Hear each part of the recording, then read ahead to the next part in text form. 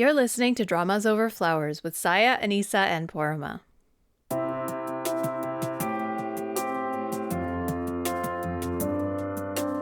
Hello, listeners. This is Anisa. This episode is a little special sneak preview of what we've been doing on Patreon. So recently we started something that we've been calling the Lone Yak, which are solo sort of bonus episodes, mini episodes that we've been sharing each of us individually on the Patreon page. And we thought this would be a nice opportunity to share a few of those with y'all. As always, if you'd like to join us on Patreon, you can support us at patreon.com/dramasoverflowers. We really appreciate it, and it helps us to keep this podcast going.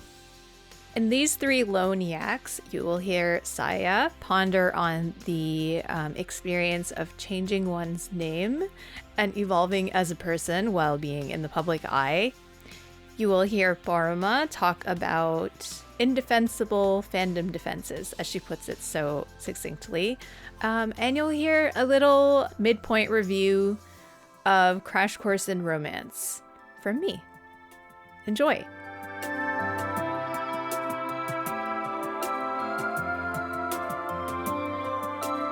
Hi, hello, it's Khadija, aka Saya. One day I will stop appending that.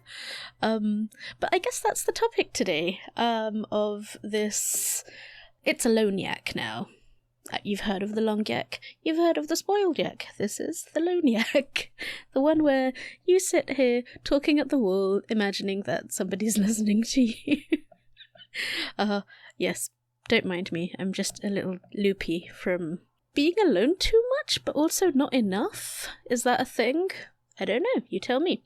Okay, what I wanted to talk about is names. Names and transitioning identities in public while people watch you. Like, growing up in front of the camera, that kind of thing. Like, did you guys know that Namdaram was on military service? Because I didn't know that for a really long time. He's actually already been in for a year, and he's coming out pretty soon. And my sister and I were talking about this, and she was saying, well, she was the one who first told me, and then she was like, once he comes out, he'll finally be able to do the roles that he's been wanting to do. And if you guys follow, like, even casually sort of see him popping up in dramas, he hasn't been getting... I don't know, like, if this is how he chose to do it or if it was about the availability of roles, but breaking out of high school student characters hasn't really happened for him except in really small bit parts. Like, he turned up, was it in today's webtoon or something to do with webtoons as the webtoon artist?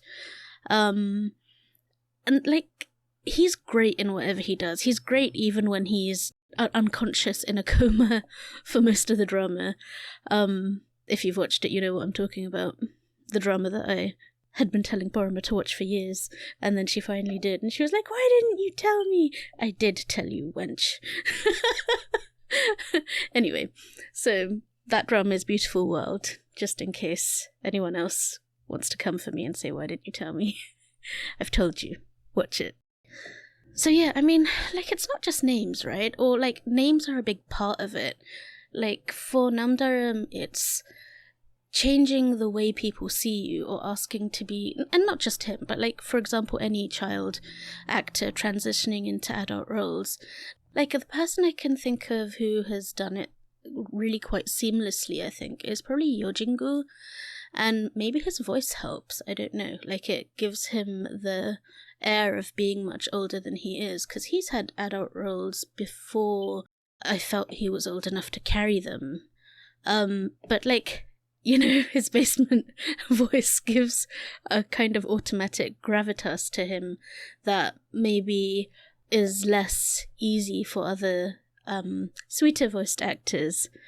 And the other thing I was thinking about is BTS. I don't know why I feel embarrassed every time I mention them. I feel like it's something that the moment I mention it, everyone will be like, oh god, there she goes again. But, like, nobody's actually doing that. And also, I don't mention it to people who I believe would not understand. So maybe it's just my own internalized anti-boy bandnessism. Is that even a thing? I don't know. Anyway, so, when they debuted and stuff, they were all pretty much in their, if not entirely in their teens, and just emerged from their teens. But certainly while they were trainees, they were in their teens. And so you have this sort of period where they have spent quite a few years having their personas contained within a crafted facade, right? Like, you're meant to be this type, and you're meant to be this type, and you're meant to be that type. And so it takes a while to, I guess, build up your street credit or your legitimacy as a performer, as an idol, to be able to be given the leeway to sort of be a bit more yourself. And I think, like, I don't even need to say it, like, they've achieved that. And they've been themselves for a very long time. And may they continue to be themselves for a very long time. But there is that aspect of, like, especially at that age, that you do change. Like, you're experiencing new things, you're thinking new thoughts, you are becoming an adult. And just what really gets me about coming to BTS this late is that there's this, like, 10-year body of work. Like, there's a log of their existence over that period, and to sort of be able to take that all in one chunk is very different to starting at the beginning and moving through these stages with people, right? So, like, if I want to, like, I can see who they are now, but I can also see who they were 10 years ago, what they were saying 10 years ago, what they were doing in all of those different epochs of their career. And inevitably, they are not the polished young men that they are today. And even today, they are, they're themselves. They're just, full of the many different aspects of being a human. Like, they have their polished performing side. They have their diplomatic public speaking side. They have their in-house in-bro energy, and these are all different parts of the same people, right? So one of the things I find really interesting, for example, with Namjoon, RM, the leader, is that when he debuted, his stage name, RM, for Rap Monster, but at a point that didn't fit anymore, and he didn't just sort of make a decision to abandon it. It was actually something that he spoke about. Like, this was how I perceived of myself at that time, but it doesn't fit me anymore, so I'm going to put this away. And I think that's one of the great things about being around for such a long time, is that you, not only do you evolve, but you sort of, there are things you fold up and put away, the same way that when you're a kid and you grow 6 inches and you can no longer wear the coat that you wore when you were like a half a foot shorter. You just put these things away and you move along and you go on to the next thing. So there's an organicity to this growth. Like, you expect and you need and you hope that people will change in this way, but it's also something that is quite I don't know what the right word is. Like, I don't want to say like fascinating or interesting or like these cold words or even heartwarming, because that's not really the thing. It's just like there's something very human about watching people decide who they're going to be. And because this is what you do, right? You make conscious decisions about the kind of character traits you want to cultivate, and you work towards that as a goal. You don't accidentally become somebody, you decide to become somebody, right? And I think with BTS, these are, for example, with RM, these are conscious choices. He has thought deeply, he's reflected about these things, and, you pick a direction and you keep moving. And it's not just him, all of the members are going through this in different ways. But the way that it reflects in how you choose to name yourself, I find very interesting. IU recently said that she was going to stop using her real name and instead sort of consolidate all of her activities under her stage name, which is IU. And everyone knows who IU is. But, like, what she offered was that even though she didn't have a problem using her real name, which is Aegean, right? I might have got that wrong. I'm not going to check it. Okay, I'm going to check it. Okay, yeah, Aegean. She's like, well, nobody really knows who Aegean is. And at the end of the day, in terms of promoting your work, she's a musician and she's an actress. I mean, mainly. She also, of course, does other things in between. But people, like, the brand recognizability is important, right? And if she continued to use those two names, it weakened her brand recognizability, but it also just didn't make sense to her thinking to forcibly divide these things when they actually do much better when you bring them together. And, you know, for some people that choice goes in the other direction. They'll abandon the stage name and use the real name. And I just found that an interesting reverse on the usual direction that you see. And then I thought of Park Seo-joon, whose real name is Park Young-gyu. Did you know that? I didn't know that until I was watching Friendcation, was it last summer, and his friend, Peak Boy, who's been friends with him since middle school, and this doesn't come up in the subs or anything, I just heard it. He was like, oh, they were waking up, and he was like, oh, Young-gyu, yeah. And then you're like, oh, is that his name? And then I went and looked it up and I was like, interesting. And of course people have stage names for all sorts of different reasons. But, just names are interesting, right? Maybe. Yeah. And I suppose my own mini conclusion to that is, I don't think I'll be abandoning Saya anytime soon. Because, like, all of the work that I've done in, like, the K-drama fanosphere has been under that name. And although I no longer have that same sort of paranoia, is that the word? About using my real name, and I've become much more comfortable with slip-ups and just, you know, it's fine if people know my name. But I'm also in that odd stage where if I do abandon my pen name, I'm not sure that I can gather the same momentum as I have with that identity by using my real name. And that's more work than it's worth. So we're just going to proceed like this. I had more things to say, but I don't remember what they were. I'll leave it here. Bye then. Oh, and like if you have more than one name, you may use those names in different spheres. Like I have also a middle name, which only my family use, and I don't want other people to use it. I don't even tell them it. It's like my secret private name. And then other times you're a little bit sad that there's no one else in the world who'll call you by that name. Names are complicated, right? If you read fantasy much, you'll know that names are very important in, like, magic. So whenever I think about it, I always think to myself, the old naming magic. Like, when you know something's true name, gives you power over them. And so you have to keep your true name secret. I don't know if you read fantasy novels or not, but it's a thing. As I say, I don't, like, believe in it like that, but I do believe in there is a figurative power that you give people when you tell them your name. It's why even when I'm at work, I don't like people knowing my name. When they ask me point blank, because I can't lie about it, I just want to be like, why are you asking me my name? How dare you? And then you go away and you think about it and you're like, they just asked you your name. It's like literally the most common question in the universe.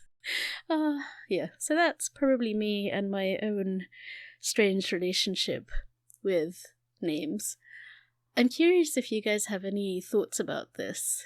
Like, do you have different names that you've used in different places? Do you have names that you don't want other people to know?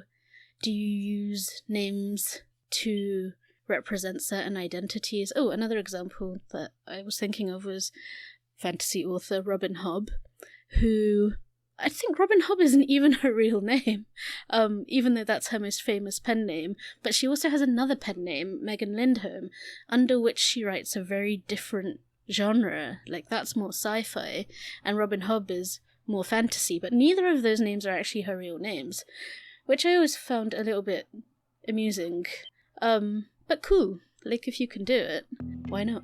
Okay, I will leave it here, because this is quite long enough. Thank you very much, and goodbye.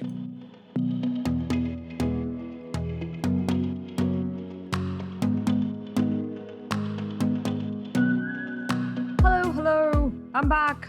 Okay, so today we'll be talking about, as briefly as I can, something that I, and you probably, because we both exist in the fandom, have noticed comes up in discussions of dramas that people love a lot. Um, there are two things, actually. Two things that are said when people just want other people to not get too analytical. And also, it's not always said with like any kind of aggressive, malicious vibe. It's something that's said like by perfectly, nice, reasonable, good people. I'm not talking about like good versus evil here. These are just normal folks who maybe don't want you to come too hard at the thing that they are enjoying. And while recognizing that these people are perfectly nice and good and, reasonable human being, most likely in their own lives, I just want to briefly talk about the logic behind these two defenses. So let's go with number one. It's not that deep. You don't have to analyze everything. This is not worth so much analysis. Now, it's a perfectly reasonable thing to say that I don't want to analyze this. I don't think it's too deep. I think it's perfectly fine to just leave this one be and not dig too deep. I don't have any problem with that line of thinking. If you personally don't think that something merits analysis and you're perfectly happy to just let it pass by without comment, that is a personal choice I champion. I think my cat thinks, because he just jumped up right on my desk, that you have every right to say that. And I have said that at times. Nothing against this way of approaching Dramaland. But the moment you say it to somebody else, don't analyze this, don't think too hard on it, you really don't have to go too deep. That's a problem. Because now what you're trying to do is stop any analysis at all of something that you want to let pass. And that's not right, dear friends, because if you are a political person at all, you would have often noticed that people of certain politics really, really don't like analysis, in that they would go pretty far in supporting government suppression of too much analysis in the media, especially in the journalistic circle. And I mean substantial analysis and not like analysis of actors cheating scandals. That's a vein of analysis that I think should exist in the world, because all analysis should exist in the world. But I'm fine with the government suppressing that. But I would not say no. Sorry, I don't mean that. I genuinely think it doesn't matter if you think the other person's dissection of something is silly, or that they are spending way too much obsessing over something that is completely superficial and not too deep, as they say. Everything is and should be open to analysis, from cartoons to politics. It's a very human thing to notice patterns and also ask questions. And it's also one of the best things about human society, the ability to ask why, and also to point at two supposedly dissimilar things and see similarities. We have made a lot of progress because of our ability to do that.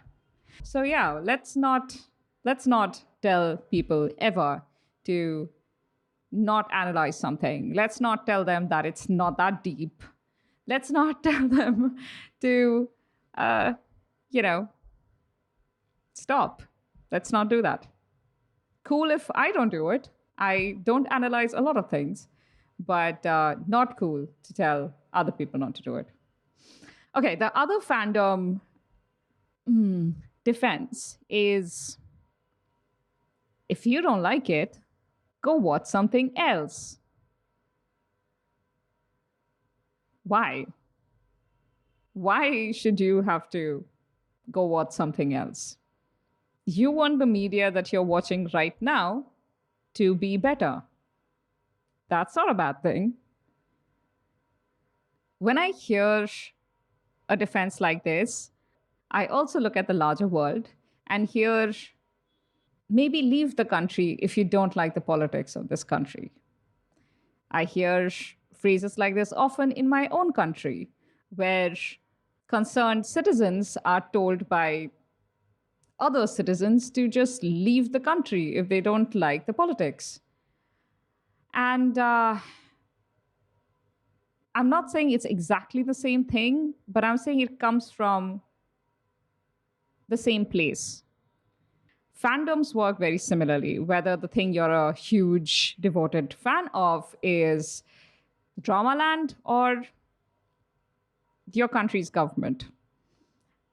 Nothing wrong with being fans of either, but it would be nice if you're open to conversation and critique, even if it's critique that you don't like to hear, and kind of wish that people wouldn't just focus on all of the negatives in your fandom. Why not focus on all of the positives? And while it's a good thing to want there to be positivity in the space that you love and want to protect the thing that you love, in this case, Dramaland, and specific dramas in Dramaland, we should be open to the idea that the other person watching has just as much claim on the drama that we love.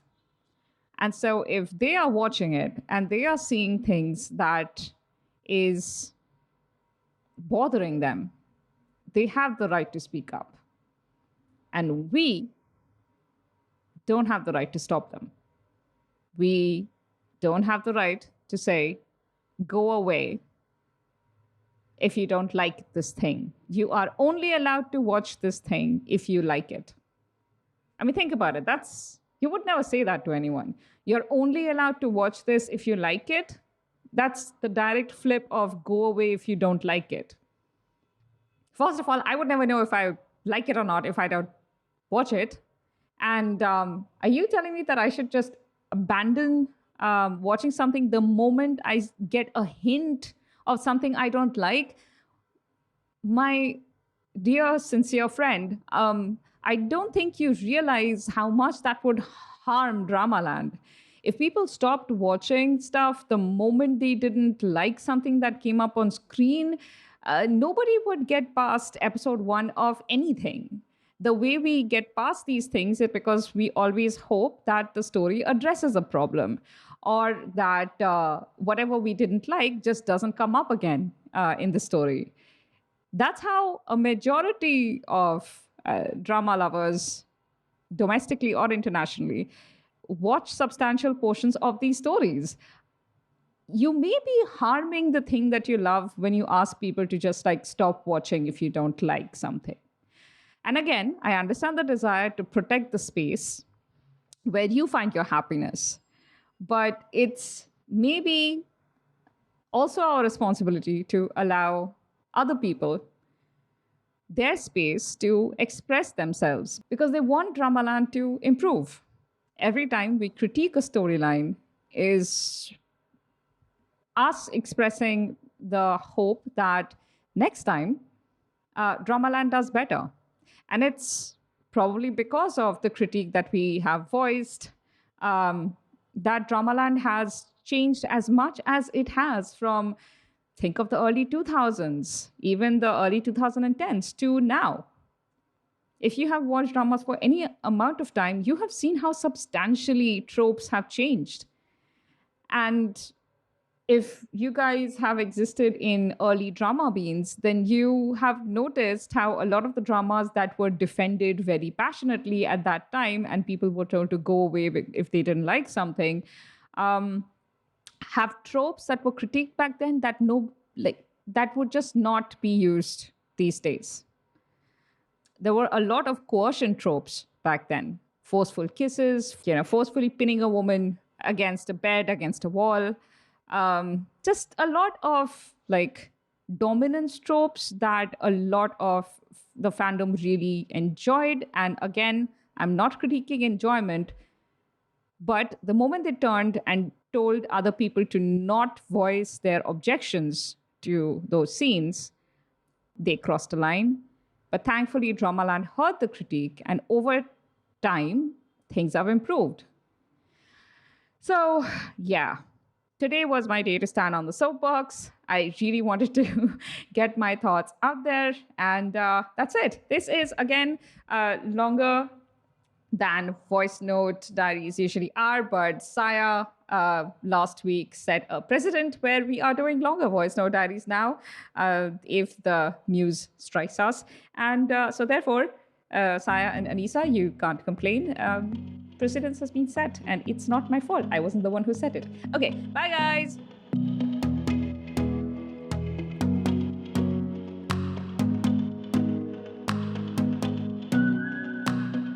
Hello, friends. This is Anisa. I'm traveling, so I haven't been watching a ton of dramas, but I did just finish Crash Course in Romance episode 8, so I thought maybe I'll talk about that. I don't know. I was telling these two, Parma and Khadija, I was telling them that I don't have a ton to say about the show. I just really like it. Like, it's one of those really lovely viewing experiences where you just love the people that you're supposed to love and hate the people that you're supposed to hate. And I mean, I really, really like, Jun Do-yeon is always great, and she's good here too, but Jung Kyung-ho is just so... He's just so good. He's just so sincere. He's so bichara, we would say in Urdu. Like, he's very, you feel bad for him. He's a little pathetic not in a way where you think he's a loser, but he's just very he's lonely. He needs some taking care of. He has insomnia, which I'm like, yes, I relate. There's sad things in his life that make him, a lot of time, you get introduced to him in the beginning and you think, okay, this is just the same old, extremely successful, perfect male lead who just has this shiny life. He's rich, he's, popular, he's a star. And he is all of those things, but then you kind of see more behind, what's behind that. And that's kind of his work face, that upbeat, extremely charismatic. Then when he's not on for work, he's just a really nice man. And I think that at the root, him being this really decent person who he kind of keeps his distance from his students because, we find out what happened in the past, but he genuinely, really sincerely cares about them. He's not, I think in the past we've seen these, Hagwon tutor or teacher characters who are really in it for the money, and then you kind of see them contrasted against these, very sincere, hardworking, underappreciated school teachers.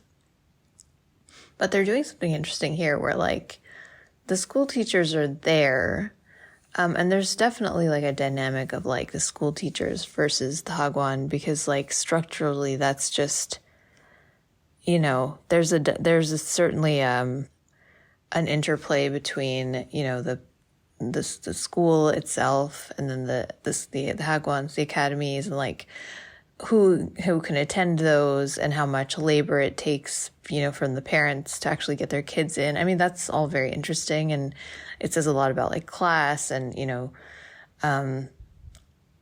gender, and it's a very interesting dynamic. But at the same time, he's not, like, automatically the money-grubbing villain character because he runs this profitable academy. It does show you how he is actually benefiting his students.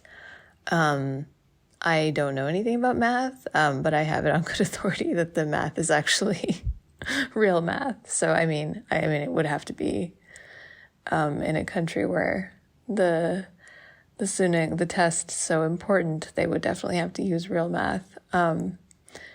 But I just really like him, and I really like the Nam family. I really love the daughter, Hei. This actress is amazing. I saw her, she played also a role in the anthology series Our Blues. She had I guess I shouldn't spoil her storyline, but her storyline was very, it required a lot, you know, despite her playing a high school character. It was a performance that required her to do a lot of different things. And it was a difficult performance, and she knocked it out of the park. This girl is so charismatic. I don't know how old she is, but it's my first time seeing her. Like, this year is the first time I've seen her in anything in these two dramas, and she just, well, I guess Our Blues was last year. Anyway, as her mom says, anyway, me and my sister started saying that to each other, by the way. Chondoyan's anyway. But yeah, she is so good.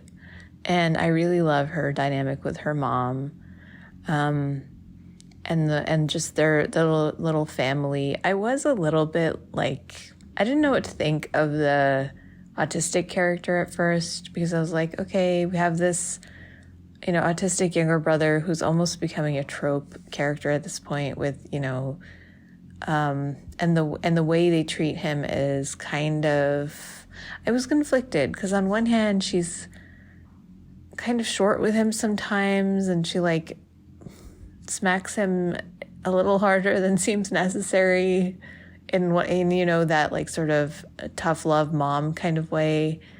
And I'm like, on one hand, I'm like, okay, you know, she's just treating him like her brother, and he is just a member of the family. Like, they don't exclude him. They treat him like he's one of, you know, like, so in that sense, I was like, okay, that's good. But then on the other hand, I'm like, well, is that, like, problematic? But as you know, like, in the beginning, I was a little iffy about the treatment of that character, because there were times where he would just be repeating things because that's what he does, and she would get, like, really mad at him or, like, you know, yell at him and stuff. But as the more I've seen of the show, I mean, setting aside the fact that, like, it's always better if you can get someone who, you know, is autistic to play an autistic character.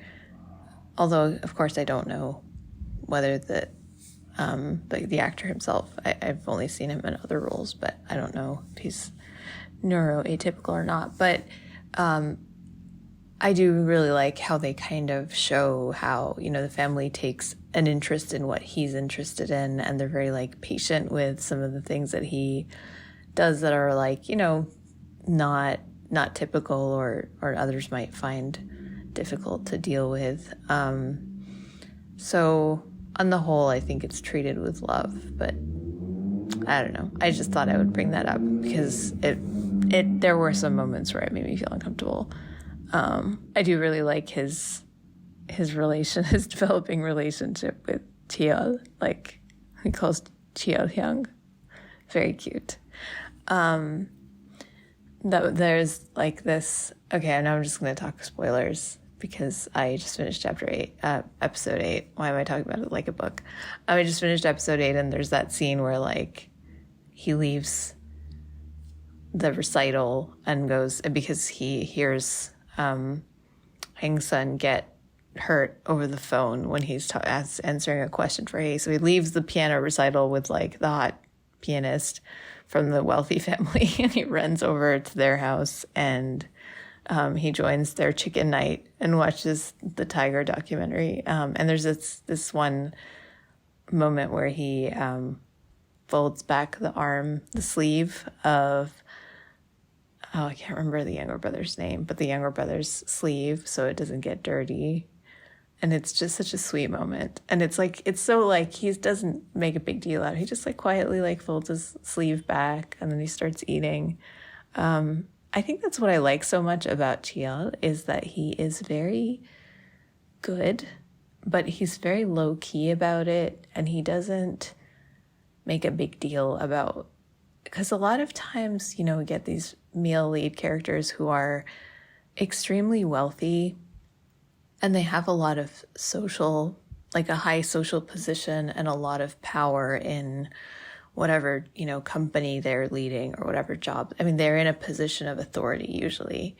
And so they will, when they come across the heroine, once they start to like the heroine, they will do all of these things to make her life better. And he is doing that here, right? He is doing, like he buys the building, he becomes her new he's so over the top, by the way, so over the top, buys air conditioners for everyone in the building so she won't find out that it's only for her and her family. But like, he's doing all of these things, but it's like, he doesn't want her to know. And it's like very low key, whereas like, and that's usually something that the second lead does.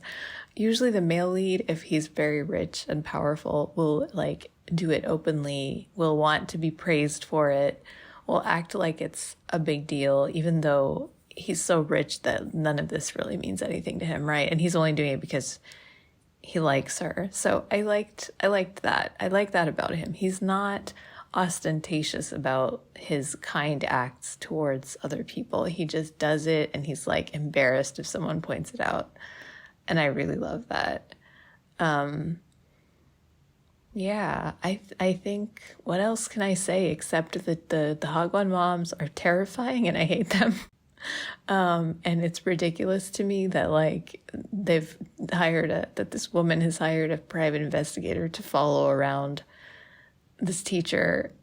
I'm just like, they already kicked Hae out of this program that she earned. And like, what gets me about these moms is that like, the only reason that they feel like, it's just the entitlement of feeling like that top spot belongs to your own kid. And if someone else takes it, then it's like an insult to your family's lineage and a cause for revenge, which is ridiculous. Only one kid can be in the top spot. Like, come on, there's hundreds of students. It does not belong to you. Anyway, the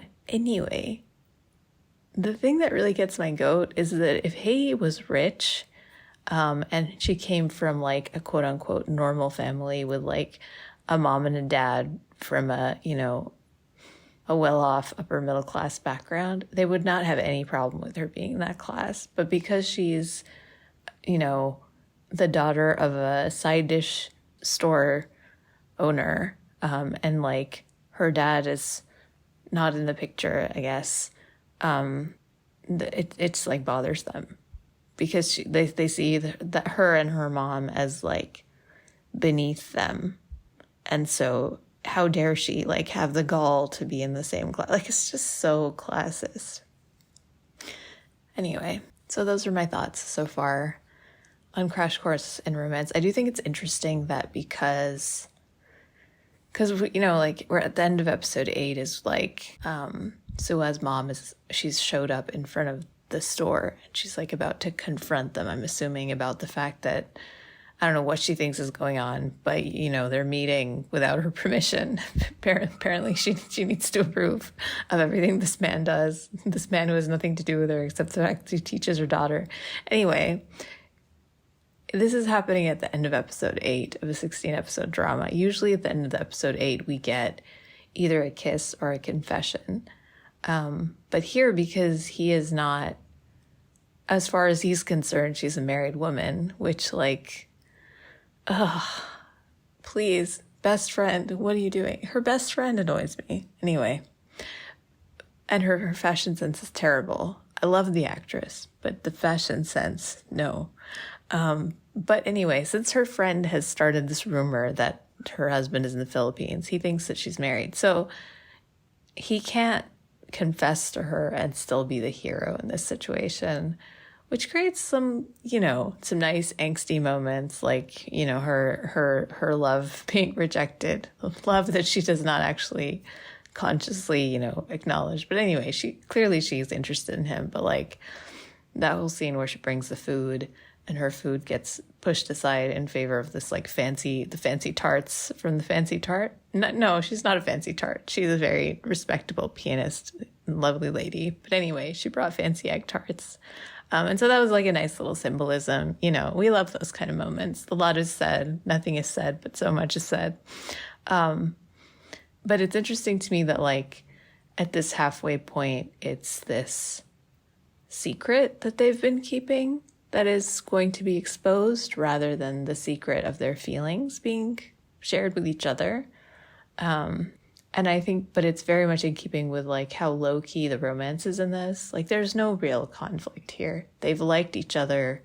I mean, once the whole phone thief misunderstanding was cleared up, they've liked each other from the beginning. There's no real conflict in them getting together. Clearly, once the misunderstanding about her being married is cleared up, they're going to get together. Maybe there'll be some external interference from people who think that she's quote unquote not worthy of him. Puke. But they don't have any reason to they're magnets slowly moving in each other's direction. So the real conflict is really this backstory, and the, whatever murder plot is going on that we've, seen hints of throughout this thing. And then, whatever he needs to resolve with, whatever scandal is going to be concocted by the people that want to take him down. And I was also wanting to bring up, I still need to watch the rest of the drama, so I guess I'll talk about this later once I've seen it. But I've seen a lot of people who are mad about the murder plot, and I'm just curious to know why. We've kind of known this was a murder rom-com from the beginning. It's very clear, I think from the end of episode 2, that it's going to be that there's going to be some kind of mystery and there's going to be violence, and I think this is a legitimate genre at this point, the murder romance, which I'm in the midst of writing an essay about the murder rom-com as a new genre. So look out for that whenever I finish it. It's half written in my notes app. But yeah, I don't know. I think a lot of us want just a pure romance when it comes to a rom-com. But I think we have also been asking for non-toxic, healthy, unproblematic relationships, in which case you cannot sustain 16 episodes of story. I'm sorry. It's just, you need to have some kind of conflict. And so if the conflict isn't coming from the internal dynamics of these two people who, if they're very lovely, nice, respectful people who respect each other's boundaries and treat each other well, there's a limit to how long you can keep them from falling in love. If it's just a rom-com, obviously if it's a thriller or a family drama, there's other things happening, but I understand why the murder rom-com has become a thing. It's like a romantic suspense novel, right? That's kind of a similar thing. if you've read romance novels that are in that romantic suspense category, with it's not quite the same thing, but it's the same concept, right? Rather than the conflict being between the couple, or the obstacle to them getting together being between the couple in terms of like, you know, a difference in class or like a clash in personalities or like a really bad first meeting where one of them, you know, does something horrible to the other one and they start off really on the wrong foot. Like if you don't do any of that, and like, you know, his mom didn't kill her dad, or, you know, like there has to be something. So if you don't have any of that, there's no birth secret. That means that, you know, they're wildly, you know, unmatched in status and their families are never going to go for it. Like if you don't do any of that mukjang type stuff, then you can have a murderer that's out to, you know, kill one of them and they have to, you know, run away from the bad guys and have adrenaline and near misses where they can clutch each other and their hearts can beat fast and they can wonder whether it's because of their feelings or because if they're scared. Anyway, I am kind of jet lagged and this was very rambly, so I apologize. But I love Crash Course in Romance so far and I'm really excited to see where it goes. Excited? No, this is not one of those dramas that really actually brings excitement. It's more like a warm and lovely feeling, which I like, which is what I need right now because I'm on a very, very much needed vacation after a very long time. And I can do with the warm and comforting vibes. That's what I need. So I'm not watching The Glory yet. I'm saving that for when I have more emotional fortitude. But I hear it's really good. I'm excited to watch that whenever my heart and mind feel up for it. Okay, bye guys. I did it again. Oh my god, this is so long. I'm sorry.